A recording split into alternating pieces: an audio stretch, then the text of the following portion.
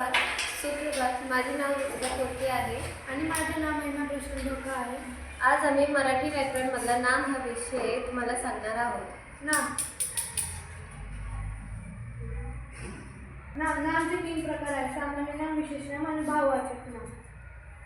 नाम व्यक्ती, स्थळ किंवा काल्पनिक वस्तू यांना जी नावे ठेवली आहेत त्यांना नाम असे म्हणतात. उदाहरण: मोर, गणेश, स्वरा.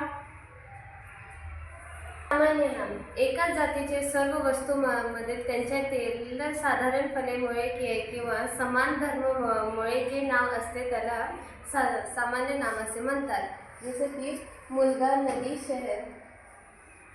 ज्या नामाने जातीचा बोध होत नसून त्या जातीतील विशेष प्राणी, वस्तू किंवा स्थळ याचा बोध असून ह्याला गुण विशेष म्हणतात. उदाहरण: गणेश, मयुरी, मुंबई, जालना इत्यादी.